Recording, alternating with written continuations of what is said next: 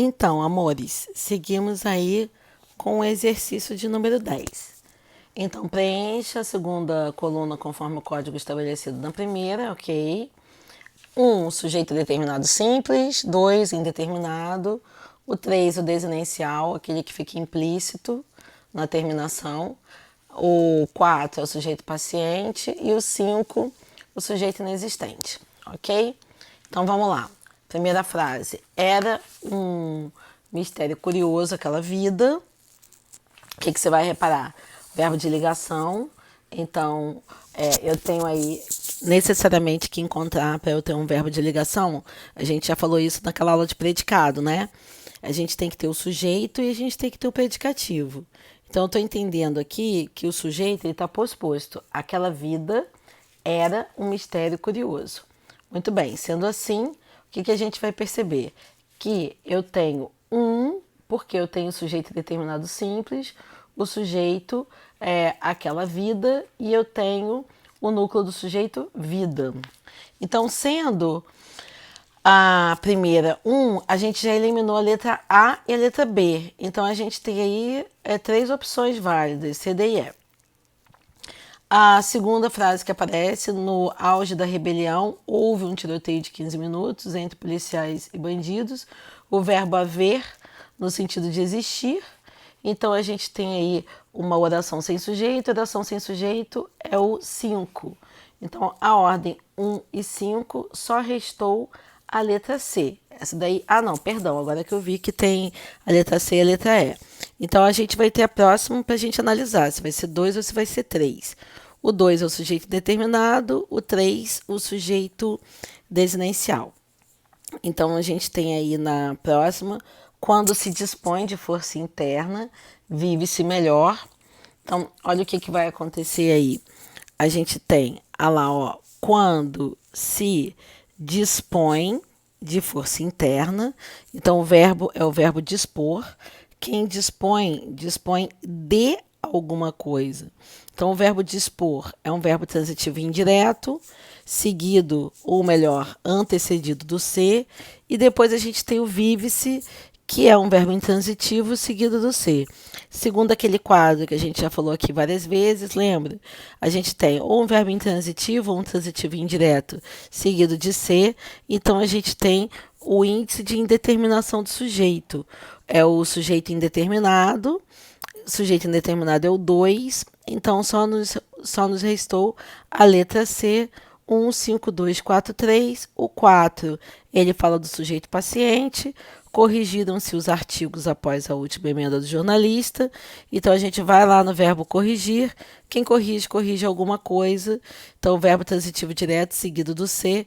Então, a gente já vê que os artigos ali é o sujeito paciente. Beleza? Fechou. Fechou a 10. Vamos para 11. Então, na 11, o Brasil não conseguirá resolver os problemas da miséria e da infância abandonada.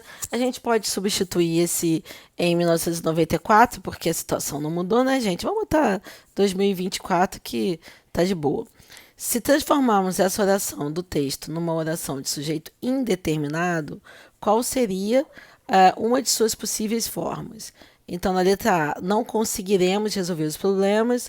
O conseguiremos, eu tenho nós, sujeito desinencial, então não seria sujeito indeterminado. Não se conseguirá resolver os problemas. Olha lá o que a gente tem. Conseguirá resolver, a gente vai ter aí uma expressão verbal, mas os problemas, eles não conseguirão ser resolvidos. Então, a gente consegue fazer uma estrutura de voz passiva, porque a gente entende ali que o núcleo, tanto o verbo conseguir, quem consegue, consegue alguma coisa, resolver, quem resolve, resolve alguma coisa, mas a gente pegar o verbo aí, que é o verbo mais significativo, é o resolver, e ele é transitivo direto, portanto, ele atende a ideia da passividade verbal. Não se conseguirão resolver os problemas, aí a gente tem a concordância, né? Os problemas conseguirão ser resolvidos. De qualquer forma, a gente tem uma ideia de passividade verbal. Então, ali o sujeito é paciente e os problemas da miséria e da infância abandonada não conseguirão ser resolvidos. Então, a gente tem ali os problemas. Problema seria o núcleo desse sujeito. Então, só nos resta a letra E. A letra E vai ser a letra que vai ter o sujeito determinado. Não conseguirão resolver os problemas da miséria e da infância. E aí, na letra E, a gente não sabe quem conseguirão. Né? A ideia é a ideia de que alguém vai conseguir, mas não existe a possibilidade da gente resgatar na frase aquele que efetivamente cumpra esse papel de sujeito. Bom, vamos para a 12. A 12, o segmento do texto que apresenta um sujeito posposto ao verbo. Então, a gente está falando aí do sujeito que aparece depois do verbo. Anestesiada e derrotada, a sociedade nem está percebendo. Então, eu tenho aí sociedade, nem está percebendo, ela está antes, o termo a sociedade está antes do núcleo verbal, então não é posposto. Parece aceitar como normal que um grupo de criminosos estenda faixas pela cidade. Não aparece explícita a ideia de quem que aparece aceitar. Então, eu tenho um sujeito indeterminado, não é sujeito posposto. Há um coro, embora surdo, que tenta retratar criminosos. O A do verbo haver é A no sentido de existir. Então, a gente vai ver um caso de sujeito inexistente. Aí, depois, na letra D de dado, eu tenho coitadinhos e vítimas de um sistema ineficiente. Aqui são os parentes dos abatidos pela violência. Então, eu entendo que os parentes dos abatidos são coitadinhos e vítimas. Então, aqui na letra D, a gente tem aquilo que ele pediu, né, que é o sujeito posposto. Na letra E, mas não merecem um micrograma que seja de privilégios, a gente não tem o núcleo, a gente não consegue determinar quem é o sujeito, é um sujeito determinado. Então, a 12, letra D, D de Deus. 13. O segmento do texto em que o sujeito está posposto ao verbo. Então, mais uma vez, a gente tem uma questão de sujeito posposto. Isso não acontecerá de novo, o sujeito é o isso, está anteposto. Segundo os relatos, o animal foi embarcado no dia 17 de outubro. O animal foi embarcado. Eu tenho uma ideia de sujeito paciente, mas o sujeito está anteposto à locução verbal. E mais, nele viajou por 6 horas. A gente não sabe quem que viajou, então ali é um sujeito determinado. E até que a gente tenha a letra D, garante um representante da empresa. Eu não tenho o contexto total, mas eu consigo perceber que um representante da empresa que garante.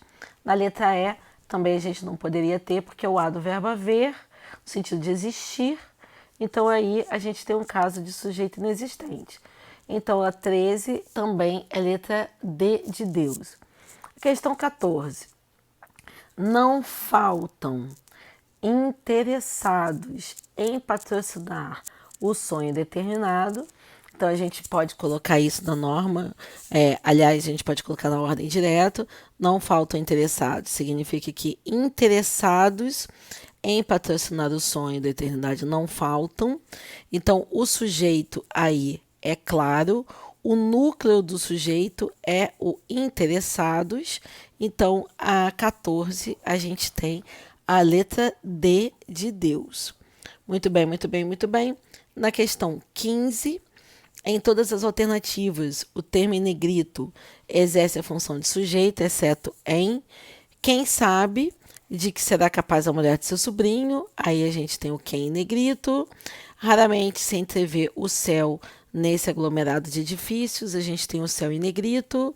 Depois, na letra C, amanheceu um dia lindo em negrito. E na letra D, era somente uma velha jogada num catre preto de solteiros. A gente tem uma velha em negrito. A pergunta é: em todas as alternativas, o termo em negrito exerce a função de sujeito, exceto em. Então, vamos bater aí. Quem sabe aí, é uma dificuldade muito grande para vocês perceberem que o quem, o pronome interrogativo, ele também pode fazer papel de núcleo. Na dúvida, é só substituir por um outro pronome. Ó. Ele sabe. Se eu coloco o pronome pessoal do caso reto, você vê com facilidade. O quem também tem uma natureza pronominal, logo, ele vai ser esse núcleo do sujeito.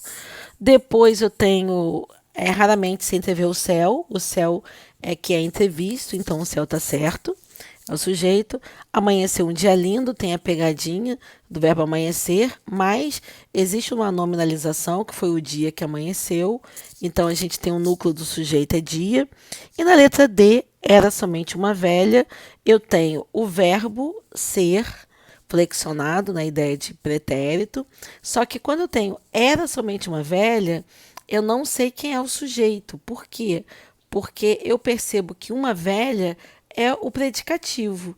Então, ele é o predicativo de um sujeito que não está explícito ali, mas a 15, uma velha não exerce o papel de sujeito, exerce o papel de predicativo do sujeito. E, como tal, a gente tem 15 também de Deus. Na 16, o esboroou-se o balsâmico indianismo de Alencar ao advento dos romanos. O problema aí é que o verbo esboroar, ele não é um verbo assim do nosso dia a dia, mas esboroar significa pulverizar, desmoronar, ruir, e aí a gente percebe que o esboroar é um verbo transitivo direto. Se ele é um verbo transitivo direto seguido da partícula ser, o que nós percebemos? Que depois vai aparecer o quê? O sujeito paciente. Então, vamos confirmar, o balsâmico indianismo de Alencar foi esboroado. Então, na 16, ele quer a classificação do sujeito, oculto, inexistente, simples, composto, indeterminado. A gente já percebeu que ele é um sujeito paciente, mas se a gente pensar na classificação clássica do sujeito, nós vamos perceber que aí é o sujeito simples. Por quê? Porque só tem um núcleo. O balsâmico indianismo de Alencar, a gente vai ver aí que o indianismo vai ser o núcleo desse sujeito. Muito bem, muito bem, muito bem. Então, o que a gente vai ver agora? A gente vai para a questão 17.